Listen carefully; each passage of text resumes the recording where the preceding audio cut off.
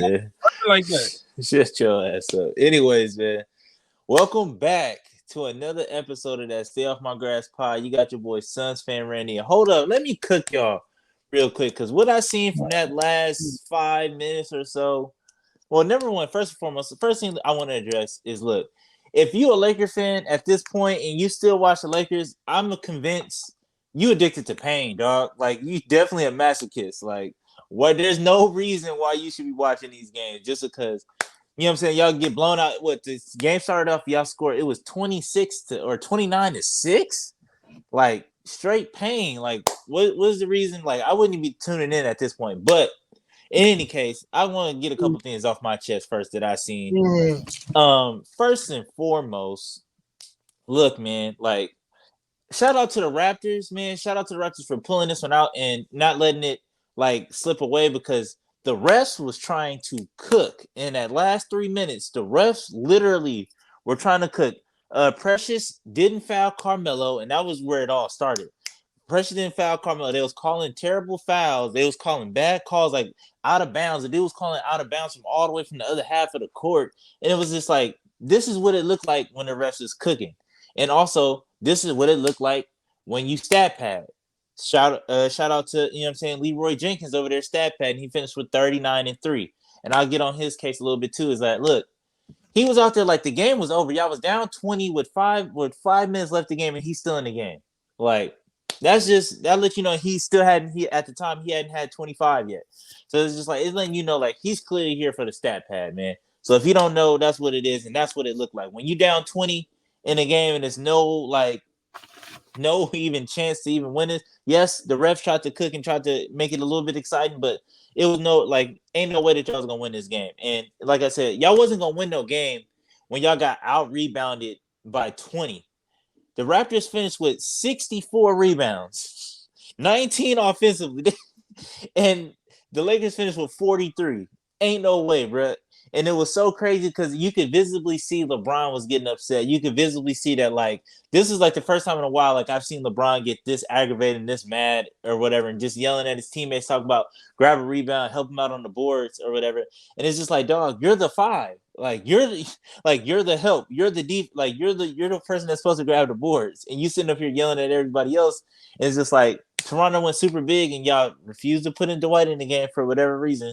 Like I keep saying, it's something contractual. They don't want him to hit certain benchmarks. They don't want him to average a certain amount of rebounds. So they trying to not pay this man or whatever the case may be. So up until like a lot of people gonna blame Frank, and then it was so weird too to see that they ran a 2-2-1 at the end of the game. Like I haven't seen professionals or NBA players run a full court press in a long time. Like full court press like 2-2-1 in a while. But like I said, man, shout out to the Raptors for doing this. Scotty Barnes finished out with 21, Trent 28.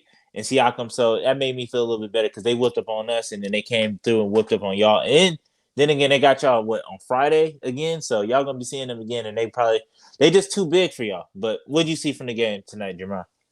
First off, I know Dwight Howard didn't play tonight because he got some personal issues going on, like personal, like family issues. So that's why he was inactive tonight. Mental health issues, the reason he tired of dealing with. No. You should look it up. It's some. It got some. What do you call it? It's like a custody battle with his kids. Ooh. Yeah, it's kind of rough, but yeah, that's why he was inactive tonight. So he's handling that and what have you. But just my thoughts of the game. Like I planned around not watching the first half of the game. Like I was at the gym. I was like, I don't really care to watch the first half.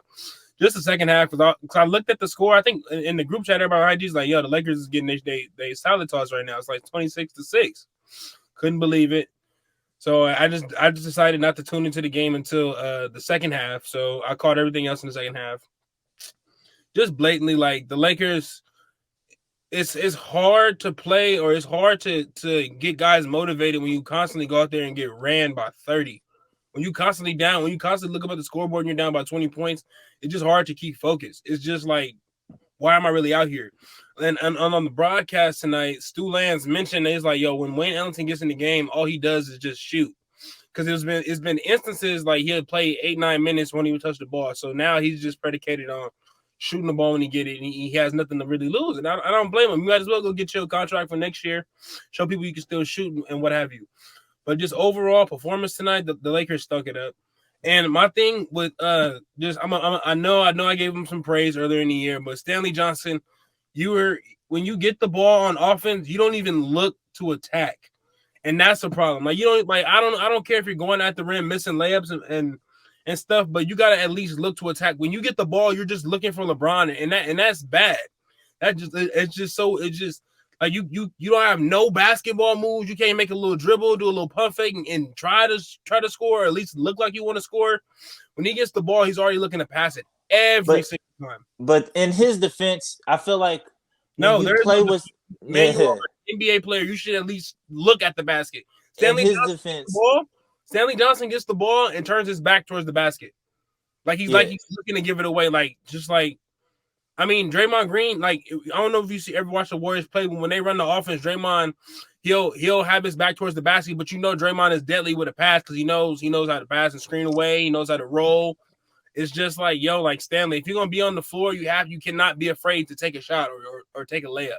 yeah. In his But defense, I don't necessarily blame him because it's just like when you play with certain caliber, certain levels of players, or the people you that can, actually hoop, like you can get intimidated by I shouldn't be out here or I shouldn't be doing this. I don't want them to yell at me. Like I'm pretty sure when LeBron slammed the ball to the ground and was yelling, "Everybody, y'all suck," woo, blah blah blah. Like you know what I'm saying? People like like I'm walking no, on eggshells. Like this, you know what I'm this saying? this has been going on though with Stanley for a minute.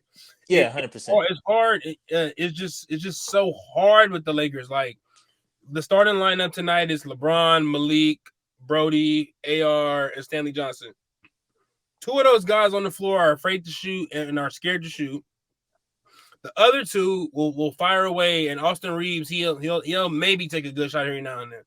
So really, when the Lakers start the game, it's like 3-on-5 offensively. I mean, I know Westbrook can make plays, make good passes, but on that end of the floor to start the game off, you cannot start off flat with an offensive unit like that.